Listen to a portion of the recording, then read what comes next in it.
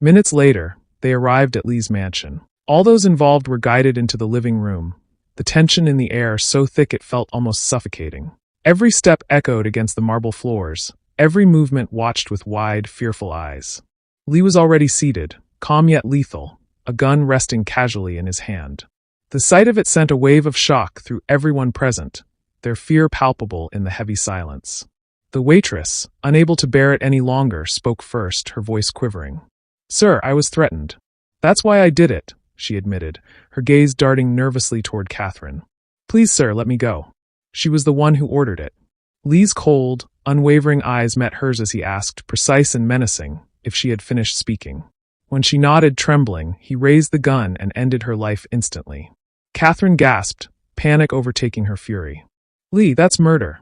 You've broken the law," she shrieked, but Adrian only looked at her with icy indifference. "Shut up," he said flatly. Without hesitation, Lee's eyes swept over the two remaining men. Their faces drained of color, their bodies shaking under his gaze, and before they could utter a single word, he fired twice more, leaving them crumpled on the floor. Finally, Lee's gaze locked on Catherine, who trembled violently, her defiance wavering under the weight of his wrath. "You dare touch the woman I love," he said, his voice low, controlled, and dangerous. "You gave her an aphrodisiac tonight because you wanted to ruin her. Do you really think I would fall in love with a hag like you?" Catherine, desperate to assert herself, spat out. "What's so good about her, Adrian? She doesn't come from a rich family like me, and that makes her incompatible with you." Lee let out a sharp, humorless laugh that reverberated through the room. "My woman should not tremble at the sight of blood," he said, his eyes narrowing to dangerous slits. "She should be strong, direct, and confident. Natalia ticks all those boxes." His words left Catherine white with rage and helplessness, the fire in her eyes dimmed by the overwhelming power radiating from him. Lee rose from his seat, the room holding its breath as he slowly approached Catherine. Without a word, he forced a small dose of medicine down her throat. She struggled, coughing and gagging, but the pill dissolved instantly. Within moments, Catherine collapsed to the floor, her body completely immobilized, unable to speak, move, or even blink. Her assistant's face turned ashen as he realized the depth of what Lee had done. Catherine would never regain control over her body or her voice. The absolute finality of it left him paralyzed for a moment. Turning to the assistant, Adrian's tone was measured, commanding, and merciless. "Take her away from this place and out of the country. Also, tell her father not to even think about revenge." Williams nodded, fear evident on his face, and lifted Catherine effortlessly, carrying her away into the night without resistance. Once they were gone, Lee turned to his men and issued a final command. "Clean up this place. Leave no trace of tonight behind."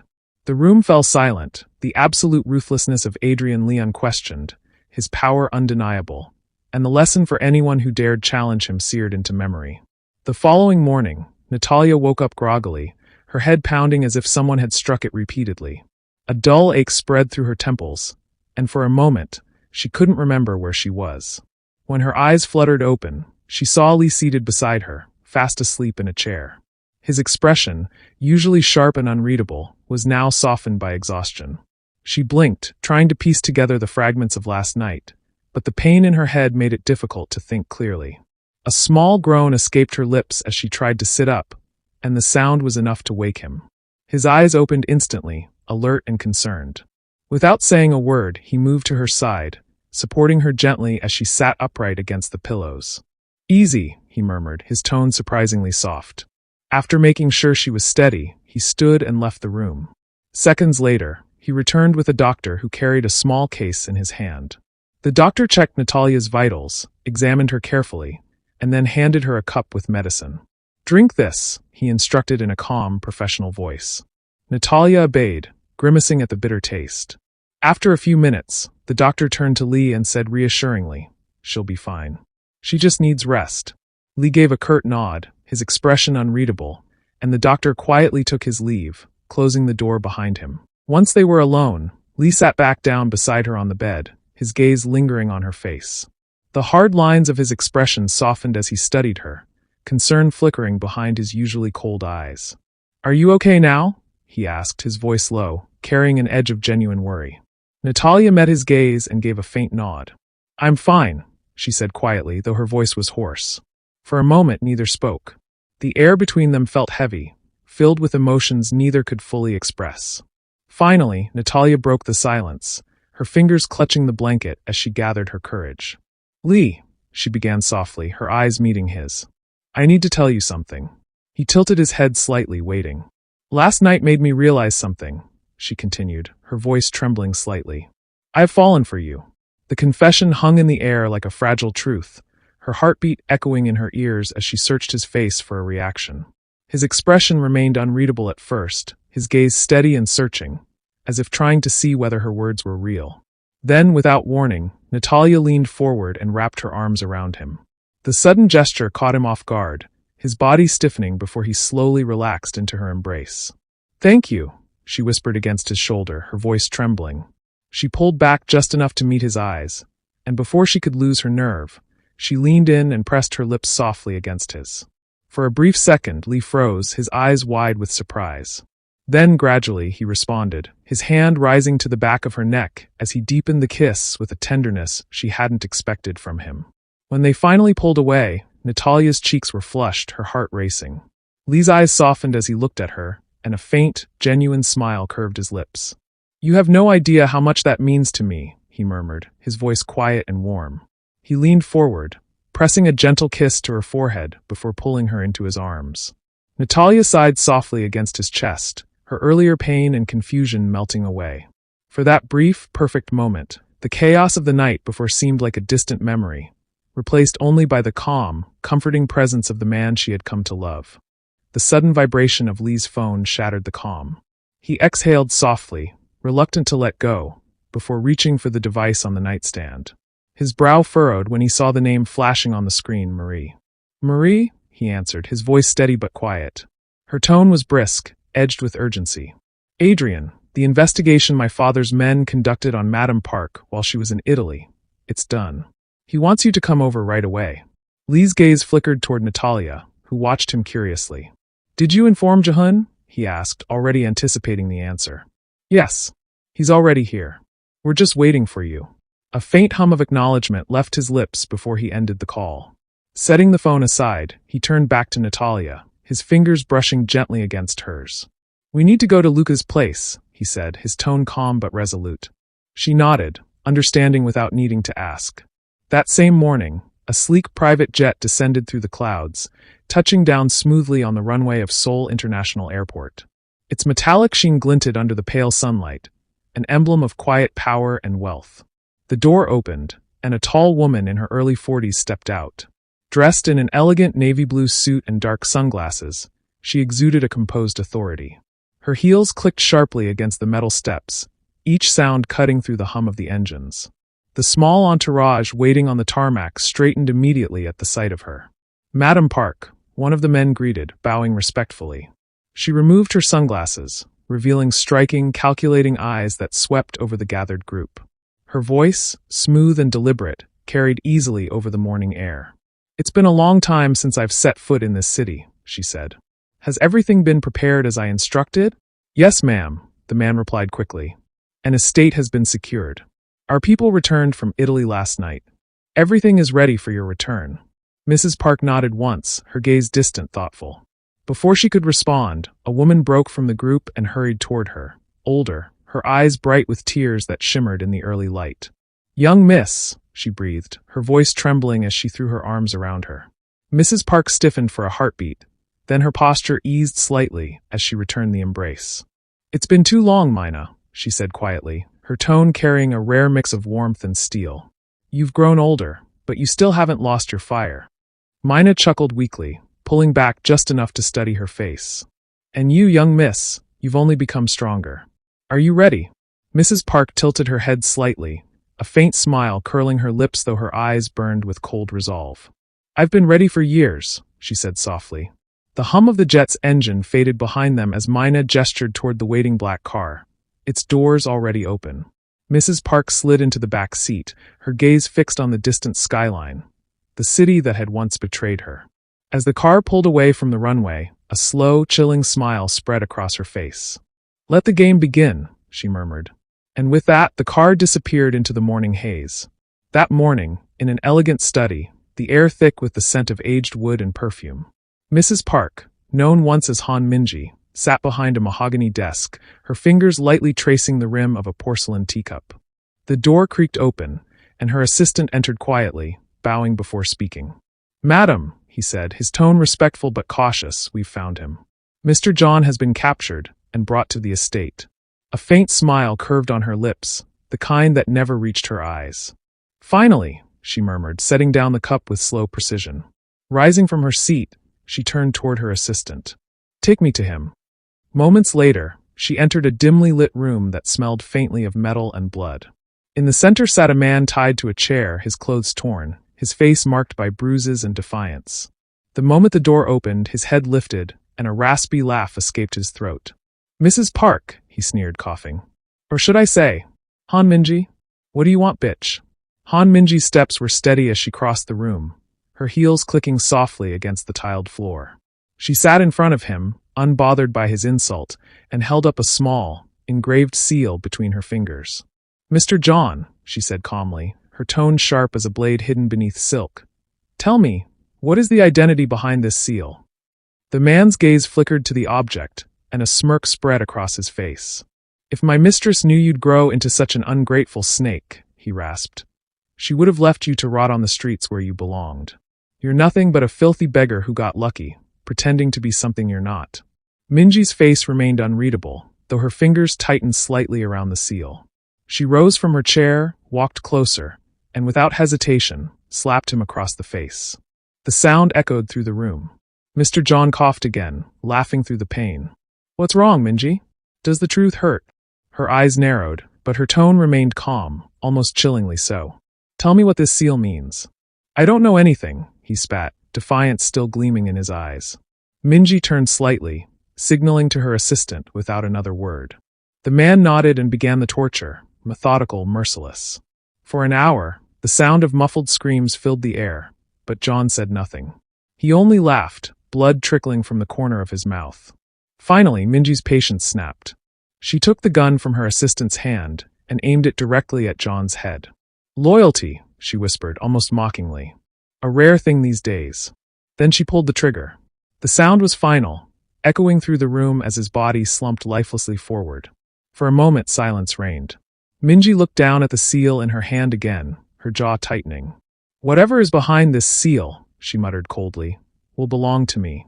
Her gaze flicked toward her assistant. "Have you tracked the rest of that woman's men?" "They've all gone into hiding, madam," he replied quietly. Minji nodded slowly, her expression turning distant, calculating. "Then we'll find them one by one. No one who served her will escape me." She cast one last glance at John's body before turning away. "Clean this place," she ordered, her voice low and steady. "I don't want a trace left." As she walked out of the room, the door closed softly behind her. That same morning, the air around Mr. Luca's mansion was heavy with quiet tension. Lee and Natalia arrived, their car gliding through the tall iron gates before stopping at the foot of the marble steps. The butler greeted them with a polite bow and guided them through the long, echoing corridors until they reached the meeting room. When the doors opened, Mr. Luca was already seated at the head of the polished oak table, with Marie beside him and Jihoon opposite.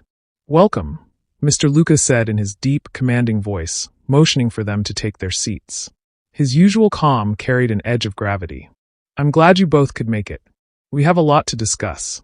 Lee and Natalia exchanged a glance before sitting. Mr. Luca opened the folder in front of him and began. "My men discovered something shocking," he said slowly. "Mrs. Park went to Italy years ago, claiming it was for medical treatment. But the truth is, she underwent an extreme reconstructive surgery. Meaning," he paused, his gaze moving over their faces, "the Mrs. Park we know today is a fake." Natalia's eyes widened in disbelief. "What?" she breathed. "You're saying the Mrs. Park I've known for years, she isn't real?" Her voice quivered. "Then what happened to the real one?" Mr. Luca sighed, his expression grim. "My men found no trace of her after the surgery. The trail goes cold. The doctor who performed the operation and everyone involved in it were killed 2 years after she left Italy." Lee leaned back, his eyes narrowing. "So someone erased her completely." Mr. Luca nodded. "Exactly. And my men would never have uncovered even this much if it hadn't been for someone helping them behind the scenes." Marie leaned forward, her voice firm. "Then our investigation should focus here, not abroad." "Yes," Mr. Luca agreed. Everything now points back to this country. Jihoon, who had been silent, finally spoke. This explains everything, he said, his tone low but steady. Why my uncle became distant after she returned from Italy. He must have realized she wasn't his real wife. Natalia turned to him, her brow furrowed. Then, do you think that's why my father adopted me? Maybe he wanted to use me to get close to her, to find out the truth. Jihoon nodded. Exactly. The Mrs. Park my dad married always wanted to adopt after she gave birth to Hyunwoo. But when my uncle brought it up again, she snapped. She refused completely. That wasn't like her. Lee's jaw tightened. Then we have no choice. We need to find out who this woman really is and what she's after. Natalia hesitated. But don't you think Hyunwoo deserves to know? She asked softly. He's her son, after all. Jihoon shook his head. Not yet. He won't believe it. How do you tell someone that the mother he's known his entire life is an imposter? We need proof first. Lee nodded. Then we stay quiet until we have evidence. Once we do, he will know everything. A brief silence followed before Jihoon straightened in his chair. Marie and I will handle one side of the investigation, he said decisively. Lee, you and Natalia take the other. No matter how faint the trail, follow it. Lee met his gaze and nodded. We will. Natalia exchanged a look with Lee, one that carried both fear and determination. Outside, as Lee and Natalia walked through the marble hall toward the exit, she looked up at him. Do you think we're ready for this? She asked quietly. Lee glanced at her, his gaze steady. We have to be, he replied simply. Han Minji settled into the sofa in the living room, the silk of her dress whispering against the cushions as morning light slanted through the curtains. Mr. Choi approached with the careful urgency of a man carrying news he dared not soften.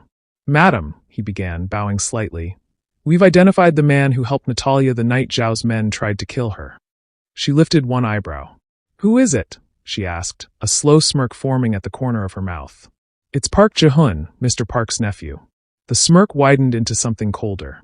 That brat, she murmured, amusement and contempt braided together. Choi continued. We also trace the hand behind Otamin, the shareholder who's been a thorn in our side. It was Jihoon. And it appears Mr. On represents Natalia. Han Minji sat very still for a heartbeat, her eyes glittering as she tasted the possibilities. Choi, waiting at the room's edge, cleared his throat and asked bluntly, Shall we get rid of Mr. On, madam? She gave a low, deliberate laugh that held no warmth. How many times have we tried? 3 times, madam, Choi answered. The reply confirmed the problem. Jihoon protected him. So let him be, Minji decided. Choi inclined his head. Has Hyunwoo contacted that woman he's fallen for? She asked next. Not yet, Choi replied. A cold smile curved her lips. If he meets her and tries to drive her home, arrange a road accident. Make it look like fate. Nothing must happen to Hyunwoo, though. Choi nodded, obedient. Minji's smile sharpened into something like a vow. I want that bitch's son to carry this guilt for the rest of his life. I want him to always blame himself. For an instant her face softened, then hardened. Nari, how I wish you were alive to see this. The door opened and another man entered, bowing low. Madam, some people have investigated your trip to Italy years ago. Minji's smirk returned. They will find nothing, she murmured. The messenger shook his head. They found something. They tracked records and found someone who knew about it. Someone helped them. Choi went pale. That's impossible. Everyone who knew about Madam's surgery was killed before her return. We made sure of that. The man's voice dropped.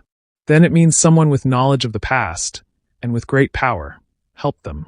This person wants the past unearthed. Minji steepled her fingers and watched them both slowly. Who ordered the investigation? She asked. De Luca, the man replied, the Italian family now operating in Seoul.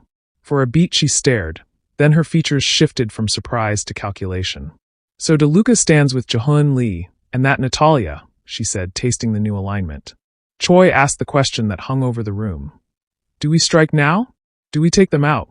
She shook her head, coldly patient. No. We wait. Our forces here are not strong enough. The syndicate's men arrive in 1 month. When they do, we strike back, together, and with force. Her voice left no room for argument. Both men bowed and, after a final nod, slipped from the room to carry out orders. Alone, Han Minji turned the small seal over in her hand. Her reflection ghosted in the window. Park Nari sat in the bright, quiet living room of her Seoul mansion, morning sunlight pooling on the rug as she sipped her coffee. The The silence broke with the abrupt ring of her phone. She glanced at the screen, frowned, and answered. Yes, madam, the man on the line said, voice low and urgent. Minji found John. Nari set her cup down. The porcelain clicked against the saucer. What does she want from him? She asked, each syllable measured. The man hesitated. I think she's trying to unravel the identity behind that seal you gave him. She couldn't find anything in the records, so she started tailing the people who worked for you back then. They found John. He wouldn't talk, so Minji ran out of patience. I saw her men carry a dead body out of the room. Nari's face hardened. Protect yourself, she ordered, voice like ice. The man replied, understood. He added, quieter. Madam, Minji is trying to make your son suffer. The words landed like a slap. Rage flared across Nari's features. What is she planning? She demanded. She wants an accident, he said bluntly. When Hyunwoo brings the woman he loves home, she'll stage a road crash. Kill the woman, make it look like fate. Hyunwoo will blame himself for failing to save her. Nari's knuckles whitened around the phone. Make sure that does not happen, she snapped. Stop it by any means. Copy, the man answered, and the line went dead. No sooner had she replaced the phone than one of her men entered, bowing. Madam, he began. Jihoon and his partners are moving to investigate Han Minji. Nari's eyes sharpened. Arrange everything, she said, steady as command. Tell Mina to move to the old house where I stayed. If Jihoon or his people show up there, she should spill everything and show the evidence. He inclined his head and left to carry out the orders.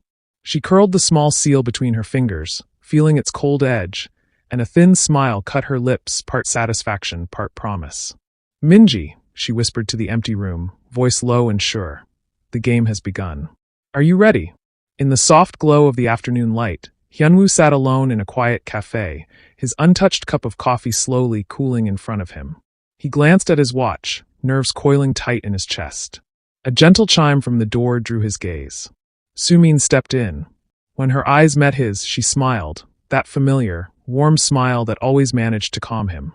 She walked to his table and sat down across from him. Why did you want to see me so urgently? She asked, her tone curious but light. Hyunwoo swallowed, his fingers tightening around the cup before he set it down. Sumin, he began softly. I'm sorry. Because of me, my mother fired you from your job. Sumin gave a small chuckle and waved it off. Don't worry about it. I'm okay. I actually found another job at a different company. But Hyunwoo didn't smile. His shoulders slumped, and his next words came out low and uneven. Sumin, let's break up. The smile vanished from her face. She blinked, unsure she'd heard right. What did you just say? Let's break up, he repeated, guilt clouding his eyes. Why? She whispered, her voice breaking. He looked down at his hands, then met her gaze again. Because my mother said she'll kill you if we continue seeing each other. Sumin froze. Her heart sank, and her breath hitched. Hyunwoo. He reached across the table, clasping her hands. I don't want anything to happen to you, he said, voice thick with emotion. I can't risk losing you. For a long moment, Sumin just looked at him, her eyes glistening with pain. Then she gently pulled her hands away. Drive me home, Hyunwoo. Please. Without another word, they rose and left the cafe. Minutes later, Hyunwoo's car glided through the busy Seoul streets, the silence between them heavy and brittle. Sumin sat turned toward the window, her reflection faintly mirrored in the glass. She opened her mouth to speak, then froze. Hyunwoo, she screamed. He turned, and saw a massive truck hurtling toward them, its horn blaring. Time seemed to splinter. Hyunwoo slammed the brakes, tires screeching, but it was too late. The truck swerved wildly, and just before it struck them, another car darted into their lane. The truck smashed into it instead. The deafening crunch of metal and shattering glass filled the air. For a heartbeat, everything was chaos. Then silence. Hyunwoo sat frozen, his hands trembling on the wheel. He turned to Sumin, who was alive and unhurt, and exhaled shakily, his pulse roaring in his ears. His mother. His own mother had truly tried to kill the woman he loved, and even him. Just a few kilometers away from the crush, a man in black sat in a car, and he dialed a number on his phone. Choi, he said when the line clicked alive, voice low and urgent. Tell Mrs. Park the plan failed. The person who wants the truth exposed is here in South Korea now. He paused, listening, jaw tightening. And comb through our men, there's a mole. Find who helped them and report back. He ended the call and sat for a moment, the engine ticking softly as the city hummed on around him, oblivious. Back to Hyunwoo and Sumin's scene, they sat there, dazed and trembling. The wail of sirens grew louder. Within minutes, an ambulance pulled up beside the wreck, medics rushing to the mangled car that had saved their lives. Hyunwoo and Sumin watched silently as the paramedics worked quickly, pulling the unconscious driver out and loading him onto a stretcher. Police officers soon arrived, blocking off the street, their voices cutting through the chaos. When the officers approached, Hyunwoo gave his statement in a flat, shaken voice, Sumin's trembling hand clasped tightly in his. She spoke only when necessary, her eyes unfocused, still replaying the moment when death had nearly reached them. After the questioning, Hyunwoo led her gently to his car. The ride to her apartment was heavy with silence, the kind that pressed against the chest and made it hard to breathe. Neither spoke a word. When they reached her building, Hyunwoo parked. He then walked her towards her apartment door. There they both stood. Hyunwoo turned to look at her. His voice was quiet, almost breaking. "Take care of yourself, all right?" Her eyes filled instantly. "Hyunwoo, please don't say." He cut her off softly, brushing a strand of hair from her face. "My mother won't touch you now. Not if we don't see each other again." Before she could protest, he leaned forward and kissed her, slow, desperate, a promise and a farewell all at once. Then he pulled her into a tight embrace, holding her as if memorizing the warmth he'd have to let go of. When he finally stepped back, his voice was barely a whisper. "Goodbye, Sumin." He turned and walked away. Sumin stood frozen at her doorway, her chest aching, tears streaming down her cheeks until her sobs filled the empty hall. Hyunwoo watched the apartment building in his rearview mirror for a long moment before he started the engine and drove away. 10 minutes later he was home. He barely closed the car door before he stormed through the front hall and into his mother's study. She sat in the same high-back chair as always, hands folded, an unreadable smile on her face. "Who the hell are you, Mother?" He snapped, voice raw. "No, what have you become?" Mrs. Park looked up at him, calm as a statue. Her smile widened just enough to be cruel. She rose and crossed the room with slow, deliberate steps. "She was lucky, Hyunwoo," she said, her tone even. "I told you I would kill her if you kept seeing her. And I meant it." Hyunwoo let out a bitter chuckle. "You're a monster," he said, each word a blow. "Natalia was right about you. You don't deserve to be a mother." Mrs. Park watched him without flinching. "If this is what you've become," he continued, voice breaking now, "I don't want to be your son anymore. I don't want anything to do with you." He turned and walked out, each step heavy with finality. Seconds later Mr. Choi entered, bowing as he took in the scene. "Shall I stop him, madam?" he asked. "No," Mrs. Park replied, almost bored. Then she looked at Choi with a hard, steady gaze. "Have you found the mole?" Choi's face tightened. "Not yet, madam." She tapped the arm of her chair once, precise. "Keep searching. Leave no corner unchecked." Choi inclined his head and left to carry out the order. In a sleek black car gliding through the quiet streets of Seoul that night, Natalia sat beside Adrian, the tension between them thick and unspoken. Adrian's eyes flicked toward her, lingering for a moment too long. "You shouldn't worry," he said softly, his voice low and steady, cutting through the silence like warmth through glass. Natalia turned her head to meet his gaze, and before she could speak, he reached over and cupped her jaw gently. For a heartbeat she froze. Then his lips met hers, firm, deliberate, and the world outside the car blurred into nothing. She melted into the kiss, her hand rising to his chest, feeling the rapid thud of his heartbeat under his shirt. When they finally pulled apart, the air between them felt different, charged, alive. Adrian's lips curved into a faint smile. "We're going on a date," he said suddenly. Natalia blinked, still catching her breath. "A date?" He nodded. "Our first official one. Right now." Despite herself, she laughed. "And where are we going, Mr. Lee?" He tilted his head playfully. "You decide." She thought for a moment, her eyes glinting. "A restaurant. Somewhere quiet, but not too fancy." He nodded once and gave commands to the driver through the mirror. Within minutes, the car pulled up at a cozy, elegant restaurant tucked between rows of softly lit boutiques. Inside, the air smelled of jasmine tea and grilled meat, warm and comforting. They talked about work, about music, about nothing and everything.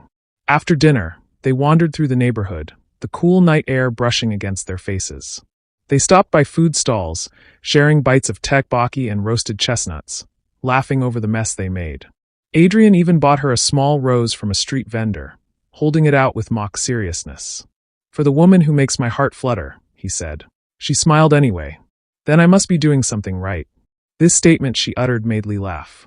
When they finally returned to the car, the world felt softer somehow.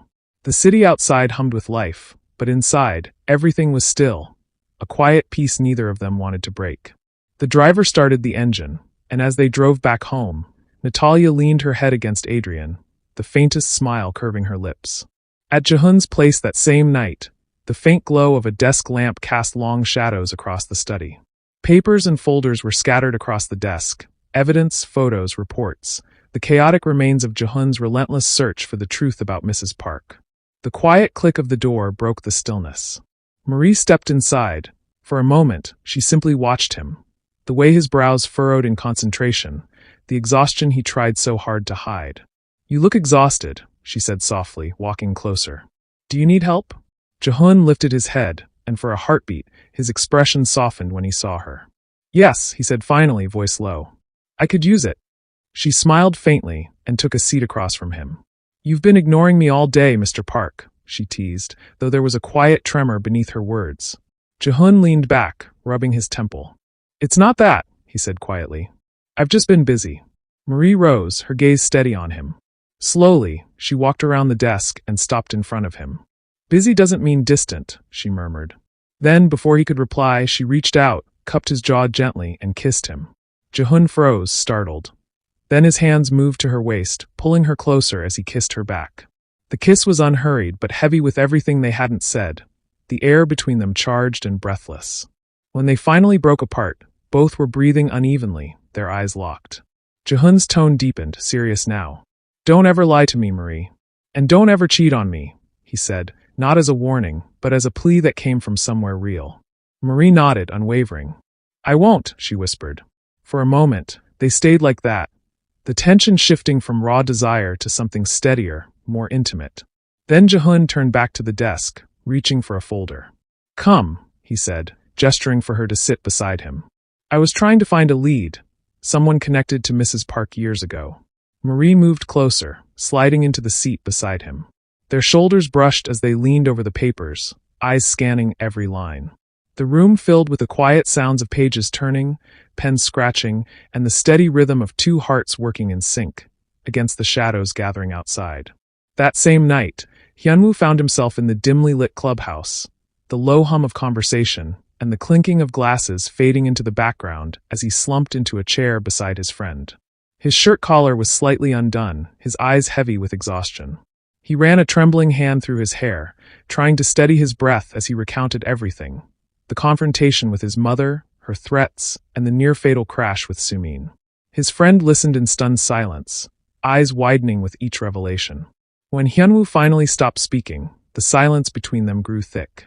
After a long pause, his friend leaned forward, his tone cautious but firm. "Hyunwoo, what if this woman isn't really your mother?" Hyunwoo blinked, caught off guard. "What are you talking about?" "I mean, think about it," his friend pressed. "A real mother wouldn't want her child dead. Wouldn't even think about it. Something about this doesn't add up." Hyunwoo stared at him, shaking his head violently. "No, that's impossible. She raised me. She is my mother." His friend's expression didn't change. "Impossible doesn't mean untrue," he said quietly, his words landing like stones. Hyunwoo fell silent. For the first time, a sliver of doubt slipped through the cracks of his conviction. His mother's cold smile, her calmness in the face of violence, they flashed through his mind like ghosts he could no longer ignore. When he finally left the clubhouse, the streets were quiet, the night air sharp against his skin. The city lights flickered off the wet pavement as he made his way to the parking lot. Then he stopped. A man stood by his car, tall, dressed in black, his features half hidden in shadow. He leaned casually against the hood, arms crossed, the faint curl of a smile playing on his lips. Hyunwoo's instincts flared. "What do you want?" he demanded, his tone tense. The man straightened, stepping into the dim light. "My boss wants to see you," he said, his voice calm and unreadable. Hyunwoo's brows furrowed. "Who's your boss? What does he want from me?" The man's gaze held his, unwavering. "When you get there, you can ask all your questions," he said smoothly. For a long moment, Hyunwoo said nothing. The night seemed to close in around them, the distant sound of traffic, the whisper of wind against the street lamps. Then, with a steadying breath, he walked to the passenger side and opened the door. The man slid behind the wheel, started the engine, and pulled out into the near-empty road. The city stretched before them, neon lights blurring past like fragments of another life, as Hyunwoo sat in silence, unsure whether he was driving toward the truth or into another trap. Thank you so much for watching Seoul Vendetta. I truly appreciate your time and support. If you enjoyed this episode, please like, comment, and subscribe. Your feedback keeps this story alive. Don't forget to turn on the notification bell so you never miss an update. Until next time, stay tuned for the next episode.